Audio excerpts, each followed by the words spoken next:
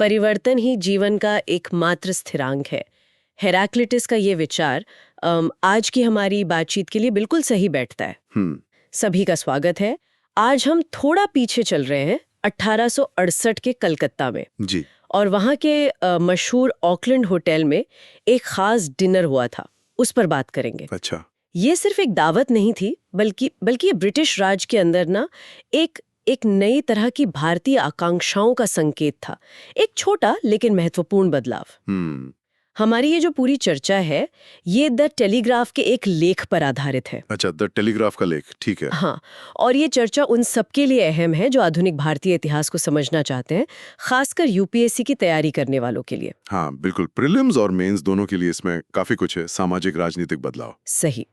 कहानी के केंद्र में है मेजबान मनमोहन घोष और उनके 3 मेहमान रमेश चंद्र दत्त, सुरेंद्रनाथ बनर्जी और बिहारी लाल गुप्ता। हाँ, ये तीनों नौजवान आईसीएस अफसर बनना चाहते थे। बिल्कुल, आईसीएस, जिसे अंग्रेज अपनी स्टील फ्रेम मानते थे, भारतीयों के लिए लगभग नामुमकिन सा। सही कहा, ये सिर्फ उनकी अपनी महत्वाकांक्षा नहीं थी, ये एक तरह से पूरे समाज की उम्मीद थी। हाँ, तो ठीक है, आइए इसकी परतों को खोलते हैं जरा। चलिए।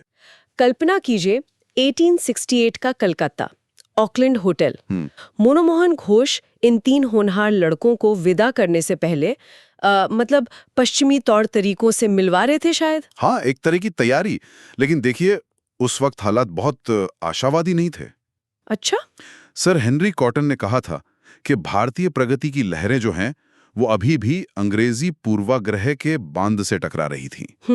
1863 में सत्येंद्रनाथ टैगोर पहले भारतीय बने आईसीएस में, अकेले 916 अंग्रेजों के बीच। सोचिए जरा। हाँ, तब से ही जो औपनिवेशिक अंग्रेज थे, मतलब एंग्लो इंडियन जिन्हें कहते थे, वो सरकार पर दबाव डाल रहे थे कि और भारतीय ना आए। बिल्कुल, कि भारतीयों के इस बढ़ते ज्वार को रोका जाए।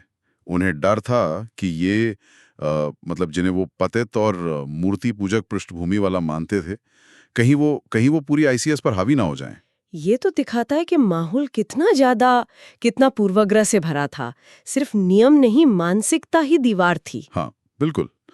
डेविड लॉयड जॉर्ज ने जिसे स्टील फ्रेम कहा था, उसमें एक आध नेटिव के आने से क्या फर्क पड़ेगा, ऐसा ही सोचते थे ज्यादातर लोग। यहाँ तक कि बिपिन चंद्र पाल जैसे स्वराज्यवादी भी मानते थे कि 300 भारतीय भी आ जाएं तो खास बदलाव नहीं ला पाएंगे। सही। और दूसरी तरफ सर एल्फ्रेड लायल जैसे कई ब्रिटिश अधिकारी थे जो बस पुरानी स्थिति बनाए रखना चाहते थे। लायल ने तो लिखा भी है साफ साफ कि मैं एक लंबे आदमी से लूटा जाना पसंद करूंगा जो मुझे स्टील दिखाता है, बजाय एक चालाक बाबू द्वारा ठगे जाने के जिसके पीछे एक चपरासी और बैज हो। बाप रे, ये तो सीधा सीधा भारतीयों के प्रति गहरा अविश्वास और पूर्वाग्रह दिखाता है। बिल्कुल, वो मानते ही नहीं थे कि भारतीय प्रशासनिक काम कर सकते हैं। तो ऐसे माहौल में ये ऑकलैंड होटल का डिनर, ये तो जैसे भविष्य की एक खिड़की थी। हाँ, कह सकते हैं। तीनों मेहमान दत्त, बनर्जी और गुप्ता शायद पहली बार इस तरह पश्चिमी ढंग की मेज पर बैठे थे। चाकू कांटे का इस्तेमाल, है ना, यूरोपीय खाना, ये सब उनके लिए एक सांस्कृतिक चुनौती भी रही होगी। बिल्कुल। और उम्र देखे, रमेश चंद्र दत्त जिनकी शादी 15 साल में हो गई थी, 2 बेटियां भी थी। हाँ, वो सिर्फ 19 साल 7 महीने के थे, तीनों में सबसे अनुभवी। अच्छा, और बाकी 2? सुरेंद्रनाथ बनर्जी उनसे बस 3 महीने छोटे थे, और बिहारी लाल गुप्ता वो तो महज 18 साल 5 महीने के थे। इतनी कम उम्र में इतना बड़ा सपना। हाँ, गुप्ता ने बाद में बताया भी था कि वो 1 साल से आईसीएस में जाने का सोच रहे थे और लंदन में परीक्षा के लिए अपनी संस्कृत सुधार रहे थे। और ये तीनों ही कलकत्ता के जाने माने स्कूलों से थे, है ना? Presidency college. जी हाँ, कल्लू टोला ब्रांच स्कूल और प्रेसिडेंसी कॉलेज। उनके एक टीचर थे सर गुरुदास बनर्जी, बड़े न्यायविद। वो इन्हें उस युग के सबसे प्रतिष्ठित विद्वान मानते थे। कहते थे कि इन्हें पढ़ाना उनका सौभाग्य था। तो अकादमिक रूप से तो ये बहुत तेज थे। बिल्कुल। और इनके मेजबान मनमोहन घोष, वो इनकी मदद क्यों कर रहे थे? हाँ, देखिए, मनमोहन घोष खुद 24 साल के थे, लेकिन इनके लिए एक बड़े भाई, एक संरक्षक जैसे थे। अच्छा। कोसीपोर में उनका विला था, वहीं इन तीनों ने लंदन जाने से पहले रात बिताई थी। मनमोहन और पहले आईसीएस अफसर सत्येंद्रनाथ टैगोर बचपन के दोस्त थे। ओहो। दोनों 1863 में साथ लंदन गए थे आईसीएस के लिए, मनमोहन पास नहीं हुए, लेकिन बैरिस्टर बन गए, लिंकन इन से, कलकत्ता के पहले भारतीय बैरिस्टर। तो उनका अनुभव इन लड़कों के बहुत काम आया होगा। जरूर, एक प्रेरणा भी रहे होंगे। इन तीनों में बिहारी लाल गुप्ता का जिक्र आपने किया, उनका व्यक्तित्व कुछ अलग था। हाँ, गुप्ता शुरू से ही थोड़े कवि और मानवतावादी किस्म के थे।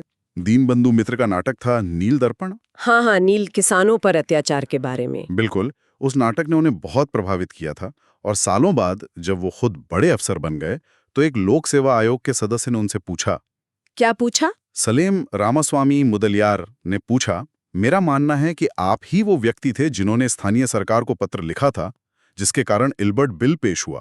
अरे, इल्बर्ट बिल, ये तो बहुत ही विवादास्पद मामला था ब्रिटिश राज में। हाँ, जिसने काफी हंगामा खड़ा कर दिया था। ये बिल भारतीय जजों को यूरोपियों पर मुकदमा चलाने का हक देता था, जिसका अंग्रेजों ने जबरदस्त विरोध किया था। तो गुप्ता का जवाब क्या था? उस वक्त गुप्ता 27 साल के थे। उन्होंने बड़े शांत आत्मविश्वास से कहा, हाँ, मैं ही था। कमाल है, ये उनकी दृढ़ता दिखाता है। बिल्कुल, और मजे की बात यह कि सवाल पूछने वाले मुदलियार खुद मद्रास के वकील और राष्ट्रवादी थे। वो शायद गुप्ता की इस बेबाकी से प्रभावित हुए होंगे। जब मुदलियार ने आगे पूछा कि क्या उन्हें बागान मालिकों का अनुभव था, जो बिल के सबसे बड़े विरोधी थे, तो गुप्ता ने शांति से कहा कि पूर्णिया और बिरहमपुर में जहां वो काम कर चुके थे, वो बागान मालिकों से भरे हुए थे और उनके संबंध सौहार्दपूर्ण थे। मतलब वो टकराव से बचते भी थे, लेकिन अपनी बात पर अड़े भी रहते थे। हाँ, यही उनकी खासियत थी शायद। अच्छा, अब आते हैं उस कहानी पर जो अक्सर सुनते हैं, इनके घर से भागने वाली कहानी। हाँ, ये काफी मशहूर है। जब लोक सेवा आयोग ने गुप्ता से पूछा कि लंदन जाने में क्या पारिवारिक कठिनाइयां आईं, तो गुप्ता ने कहा, हाँ, मुझे घर से भागना पड़ा था। और इतिहास की किताबों में दत्त के हवाले से लिखा जाता है कि तीनों रात के अंधेरे में भागे थे, क्योंकि जरा सी भी भनक लगती तो वो जा नहीं पाते। लेकिन क्या ये सच था? यहाँ लेख कुछ और कहता है। हाँ, लेख यही बताता है कि ये भागने वाली कहानी थोड़ी बढ़ा चढ़ाकर कही गई है, खासकर दत्त और बनर्जी के लिए। अच्छा, कैसे? देखिए, दत्त के पिता नहीं थे, तो वो आर्थिक रूप से आजाद थे। उनकी पत्नी ने या उनके बड़े भाई ने कोई ऐतराज नहीं किया। भाई ने तो खुशी खुशी उनकी पत्नी और बेटियों की देखभाल की जिम्मेदारी ली। तो परिवार काफी आधुनिक विचारों वाला था। हाँ, यात्रा वगैरह करते थे। एक चाचा ने तो यंग बंगाल पर निबंध लिखा था। एक और चाचा ईसाई बन गए थे, यूरोप में रहते थे। यानी परिवार में ऐसा कोई कट्टर विरोध नहीं था। और सुरेंद्रनाथ बनर्जी का क्या? उनका मामला तो और भी साफ है। उनके पिता कलकत्ता के जाने माने डॉक्टर थे। उन्होंने न सिर्फ इजाजत दी, बल्कि वसीयत में पैसे भी अलग रखे थे इसके लिए। अरे वाह! अगली सुबह तो उनकी गाड़ी कोसीपोर तक आई थी, ताकि डॉक्टर साहब बेटे को आशीर्वाद दे सकें। तो ये भागना तो बिल्कुल नहीं हुआ। नहीं, तो असल में सिर्फ बिहारी लाल गुप्ता ही थे जो सचमुच अपने परिवार की मर्जी के खिलाफ चुपचाप निकले थे। और जब उनके पिता को पता चला, वो बहुत नाराज हुए, संपत्ति से भी बेदखल कर दिया था। ओहो! तो फिर सवाल ये है कि दत्त ने ये तीनों के भागने वाली कहानी क्यों बनाई? लेख में कुछ अंदाजे हैं? हाँ, कुछ संभावनाएं बताई हैं। हो सकता है गुप्ता के माता पिता का गुस्सा देखकर उन्हें लगा हो कि ये कहानी ज्यादा असर डालेगी। हो सकता है। या शायद कोसीपुर में चुपके से रात बिताना, टिकटें अलग नाम से बुक करना, ये सब उन्हें बड़ा रोमांचक, साहसिक लगा हो। अच्छा? इतिहासकार जूडिथ वॉल्श कहती हैं कि दत्त ने लंदन में परीक्षा पास करने के बाद ही घर लिखा था। शायद इज्जत का सवाल रहा हो। मतलब जब तक सफल नहीं हुए तब तक घर पे कुछ बताना नहीं चाहते थे। और भागने की कहानी इस चुप्पी का बहाना बन गई। हाँ, ये भी एक संभावना है। और दबाव तो उन पर रहा ही होगा ना, बहुत ज्यादा। दत्त ने खुद लिखा है, क्या हम सफल होंगे या हम अपने देश लौटेंगे, गरीब, सामाजिक रूप से कटे हुए, निराश, उलाहनों और दोस्तों के अफसोस का सामना करने के लिए। बिल्कुल, चिंता तो साफ झलकती है। सोचिए, मनमोहन घोष के उस डिनर के समय तक 16 भारतीयों ने कोशिश की थी आईसीएस की, लेकिन सफल सिर्फ एक हुए थे, सत्येंद्रनाथ टैगोर। सिर्फ एक? हाँ, अगर ये तीनों दत्त, बैनर्जी और गुप्ता सफल हो जाते तो ये मनमोहन की शांत क्रांति की जीत होती। ये उस अथाह खाई को पाटने की तरफ एक कदम होता जिसका जिक्र मेरेडिथ टाउनसेंड ने किया था, भूरे आदमी और गोरे आदमी के बीच। ये सिर्फ व्यक्तिगत सफलता नहीं होती, ये एक प्रतीकात्मक जीत होती। बिल्कुल, और ये सब एक बड़े ऐतिहासिक संदर्भ में भी हो रहा था, है ना? इतिहासकार C.A. बेली कहते हैं कि 1820 के दशक तक कलकत्ता में बंगाली राजा राम मोहन रॉय के नेतृत्व में हिंदू जाति और फिर भारत को खोजने लगे थे। हाँ, तो ये डिनर, इन युवाओं की कोशिश, मनमोहन घोष का साथ देना, ये सब उसी प्रक्रिया का हिस्सा थे। एक आधुनिक भारतीय पहचान बन रही थी।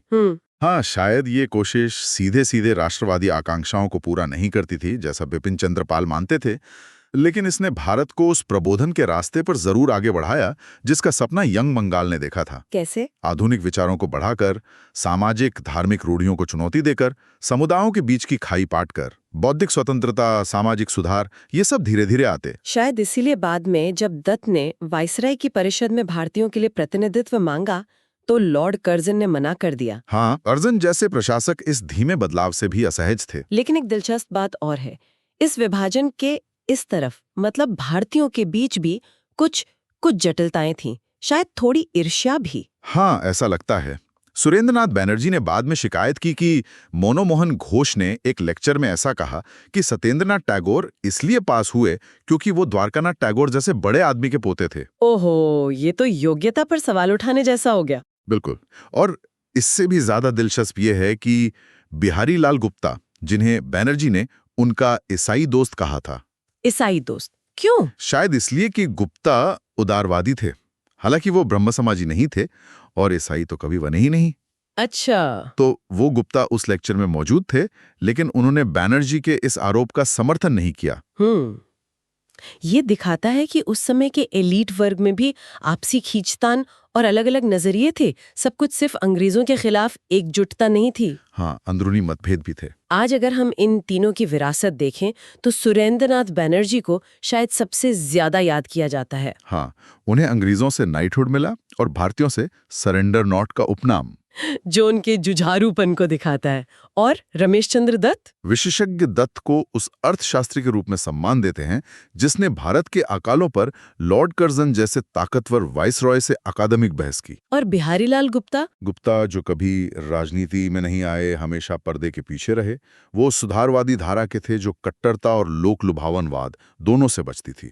लेक इशारा करता है कि उनका जो समावेशी भारत का नजरिया था, जो समुदायों को जोड़ने और तर्कसंगत सुधार पर जोर देता था, वो आज की बहस में कहीं खो सा गया है। इतिहास अक्सर विजेताओं द्वारा लिखा जाता है ना? हाँ, और जैसे क्लाइव डेवी ने कहा, उपनिवेशवाद खत्म होने के बाद ICS जैसी संस्थाएं एजेंडे से हट गईं और शायद उनके साथ जुड़े कुछ बारीक सबक भी। तो कुल मिलाकर 1868 का ये ऑकलैंड होटल डिनर सिर्फ एक खाना नहीं था। बिल्कुल नहीं। ये औपनिवेशिक भारत के अंदर पनपती भारतीय उम्मीदों, चुनौतियों और उलझनों का एक बड़ा प्रतीक था।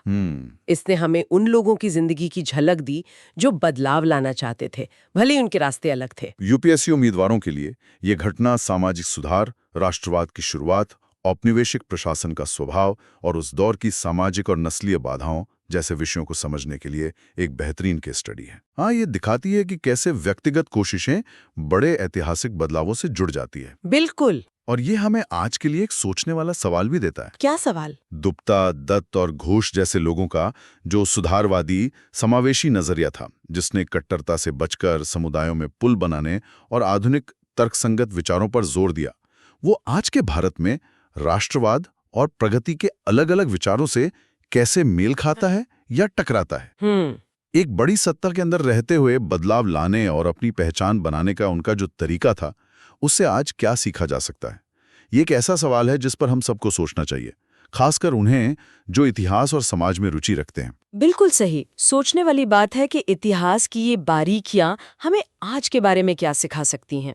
अगर आपको ये गहरी चर्चा जानकारीपूर्ण और दिलचस्प लगी तो कृपया लाइक करें, सब्सक्राइब करें। और अगर आपके मन में कोई सवाल या विचार हैं तो नीचे टिप्पणी में जरूर लिखें।